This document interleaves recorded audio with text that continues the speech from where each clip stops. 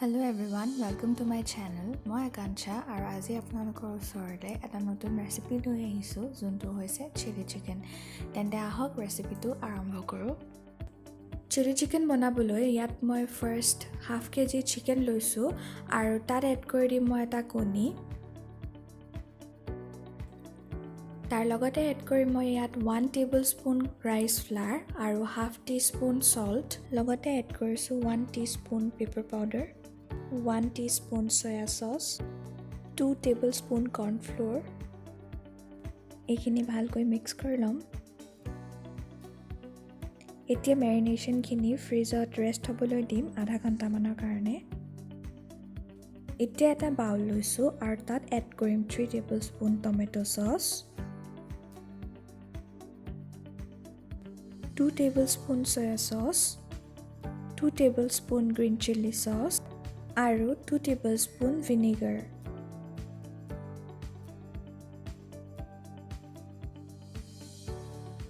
এতিয়া সসেছখিনি ৰেডি হৈ গ'ল। এতিয়া এটা কেৰাহীত তেল গৰম কৰি লৈছোঁ। ইয়াত মই এটুকুৰাকৈ মেৰিনেট কৰি থোৱা চিকেন পিচেছখিনি দি দিম।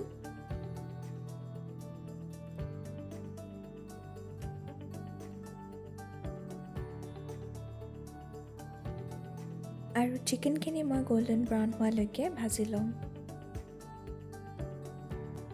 এতিয়া মই এখন প্লেটত আদা আৰু নহৰু চপ কৰি লৈছোঁ, এটা কেপচিকাম ডাঙৰকৈ কাটি লৈছোঁ, 2টা পিঁয়াজ লৈছোঁ আৰু লগতে লৈছোঁ এটা বিলাহী। তাৰ লগতে মই ইয়াত সৰু পিঁয়াজ এটা চপ কৰি লৈছোঁ। এতিয়া মই চিকেন ফ্ৰাই কৰা তেলখিনিতে চপ কৰি থোৱা পিঁয়াজটো দি দিছোঁ।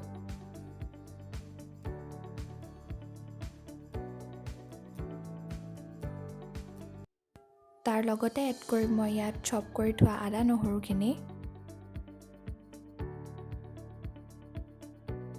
তাৰ লগতে এড কৰিছোঁ মই ইয়াত ডাঙৰকৈ কাটি থোৱা পিঁয়াজখিনি।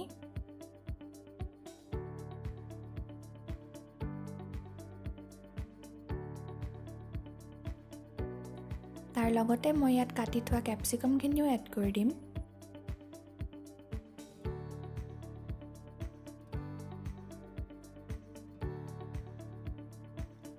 আৰু লাষ্টত এড কৰি দিম মই ইয়াত বিলাহীখিনি।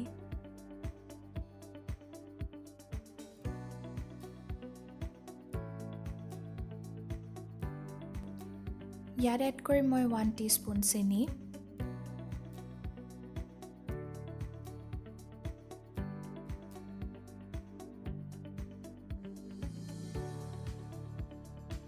আৰু ভেজিটেবলছখিনি ভালকৈ মিক্স কৰাৰ পাছত মই ইয়াত প্ৰিপেয়াৰ্ড কৰি থোৱা চচখিনি দি দিছোঁ।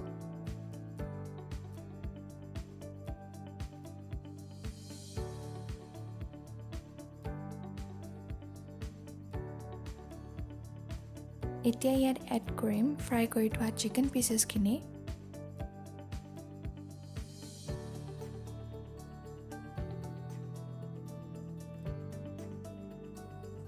মিডিয়াম ফ্লেমত যেতিয়ালৈকে চিকেনখিনি ভালকৈ কোট হৈ নাযায় তেতিয়ালৈকে চিকেনখিনি ফ্ৰাই কৰি ল'ম। আৰু চিকেনখিনি প্ৰিপেয়াৰ কৰা মোৰ হৈ গ'ল আৰু মই বাউল এটাত উলিয়াই ল'লোঁ। চ' এইটোৱে আছিলে আজি চিলি চিকেনৰ ৰেচিপিটো। আপোনালোকৰ যদি মোৰ ৰেচিপিটো ভাল লাগিলে তেন্তে লাইক কৰি দিব আৰু মোৰ চেনেলটো ছাবস্ক্ৰাইব কৰিবলৈ নাপাহৰিব।